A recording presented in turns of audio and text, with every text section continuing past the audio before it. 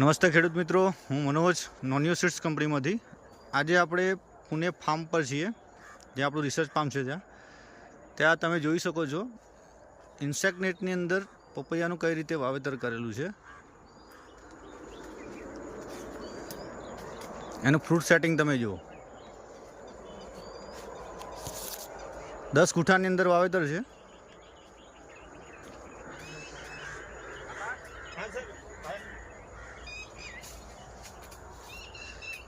અઢાર 11/2024 વાવેતર કરેલું છે.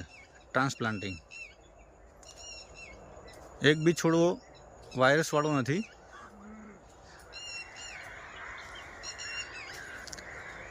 એક છોડ ઉપર 130 કિલો 120 કિલો આજુબાજુનું વેટ છે. અત્યાર સુધીમાં 1 થી 2 સ્પ્રે વાગ્યા છે આમાં.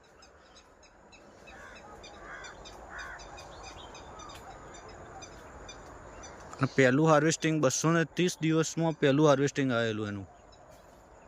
તમે જોઈ શકો છો નીચેથી છેક ઉપર સુધી એની બેઠક.